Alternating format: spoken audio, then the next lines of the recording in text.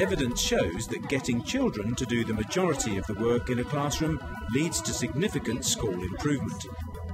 In this programme, we'll see a school that uses a framework to encourage children to learn for themselves. This framework is called formative assessment. People are disconcerted when they see different types of classroom, quite often because they're carrying in their minds images of classrooms in the past. And underlying those images are views about how people learn.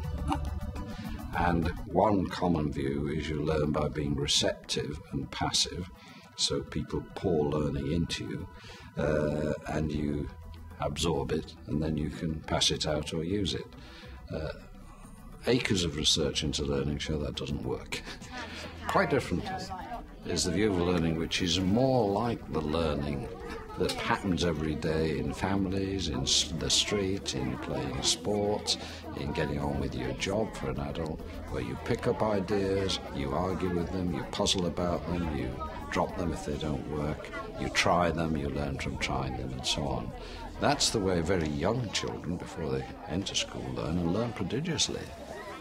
When children come to our school, I expect them to take responsibility for their own learning.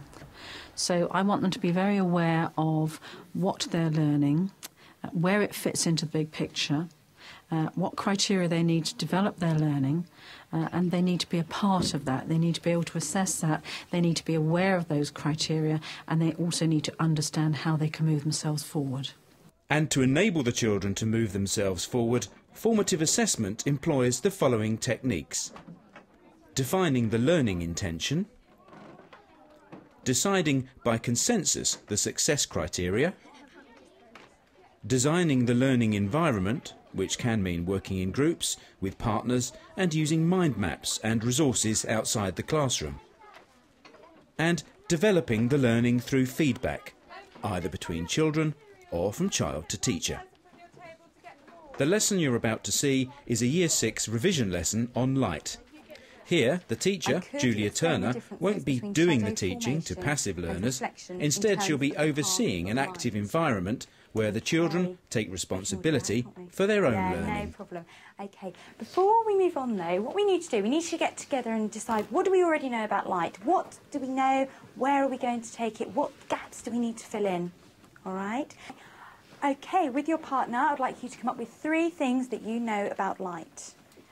Light can be formed artificially and naturally. Yeah, say like you're looking into a mirror or something, it like comes off the mirror, it's like into your eyes and then like reflects back. So like you see a reflection of yourself or something like that. OK, right, Year 6. We're going to put all of your ideas onto a mind map, OK? Using a mind map provides clear visual feedback on what the children already know, and lets them see what they might need to learn. Light, if it hits an object, it will not go through, it will leave a shadow on the other side of the object. Right, OK, so we've got shadows. OK, put objects in the way. Rihanna? It depends on what time of in the day that the shadow, how big the shadow will be. Right, so using our mind map, we're going to start working through today's session, OK? Our learning intention for today, which you do need down, is I will be able to explain that light travels from different sources, how it enters our eyes, and what happens if the light is blocked in any way. That's a huge learning intention, isn't it? Yeah. But we'll get all of that in today's session. So our success criteria, the things that you are going to be checking your learning against: identify light sources, know how light enters the eye, understand how shadows are made, and use key vocabulary. They're all the things you'll be able to measure your learning against, and the things that you'll be able to highlight later and say, I've got it, I'm nearly there, or I need to work a bit on this. As your light source, I believe that our role in schools is to facilitate children's learning, and a good facilitator knows to take the child from the point where they are and help them to move forward, using their prior knowledge and building on that, so that the work in the classroom should be done by the children. A well-managed classroom where good learning is happening may to the outsider look a little chaotic, a little noisy, even disruptive. You've got to look very carefully at what's happening and the nature of the child's involvement in what is happening before you can make a judgment. Having established with the children what the learning intention is and how they might achieve the success criteria, their investigations on light begin using resources they've chosen themselves. Has that got a shadow? Can you see it? Yeah. It just bounces off. No, it reflects. It has. That's got a shadow. Reflects, yeah. Yeah, you can see a shadow when I do it through the hole, you can see it. So there's start with tinfoil, that seems to have a shadow and a dim reflection. All right, so how are we getting on here? We've got tables saying whether things make a shadow or not. And we've only done like a couple of things that actually forms a shadow. So how can we take it further? What can we do now? We could get some solid stuff. Through skillful questioning, Julia encourages the children to develop their thinking without doing any direct teaching. So you're going to extend what you've been given and see what you can do. Excellent, well done. That would be a good starting point to continue, do you think? Yeah.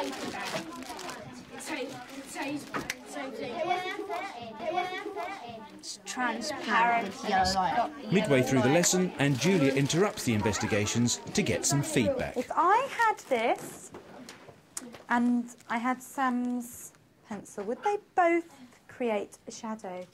What do we need to do? Ian, can you refine it for me at all? When an opaque object gets shone on, a shadow is formed. So when an opaque object is shone on, a shadow is formed. Is that right, Ian? Yeah. Okay. If we think then, what's the difference between this and that? If we think about Ian's answer, the difference, Chloe? The orange plastic is transparent. Transparent, so it's see-through. Whereas the pencil isn't, it's solid, so that you can't see through it. Is it solid? Are they both solids? Yeah. Well, they are both solids. They're both solids.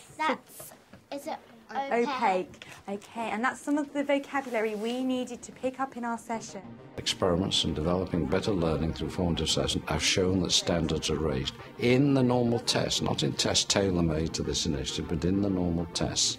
Our own experience with schools, where we had them compare classes doing this work with classes that were not, again using the school's own tests, or depending on the class, the Key Stage 3 tests or GCSE, the same result. They were marked improvements. This measurable improvement is gained by keeping the lesson agenda about learning.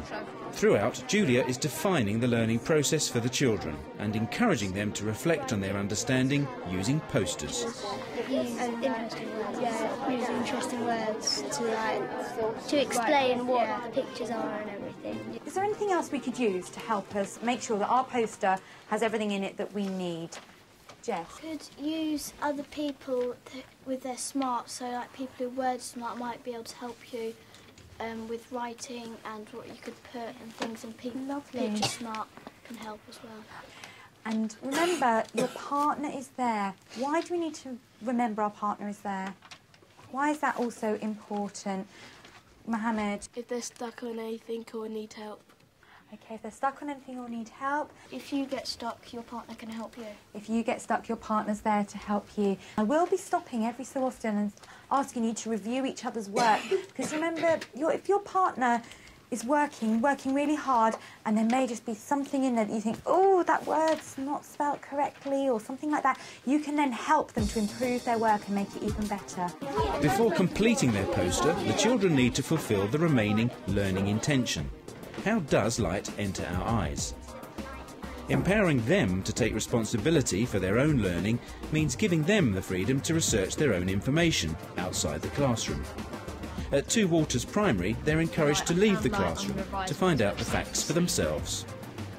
We see a light source when the light from the source enters our eyes. But beware, you must never look directly at the sun, because the amount of light travelling from it will damage your eyes very quickly. So when the sun reflects onto an object, the object reflects in your eyes, and it doesn't have to be shiny. Because you know, at night time, because there's no sun, it's not reflecting on any object, so you can hardly see. Another device for sharing knowledge is the use of smart cards.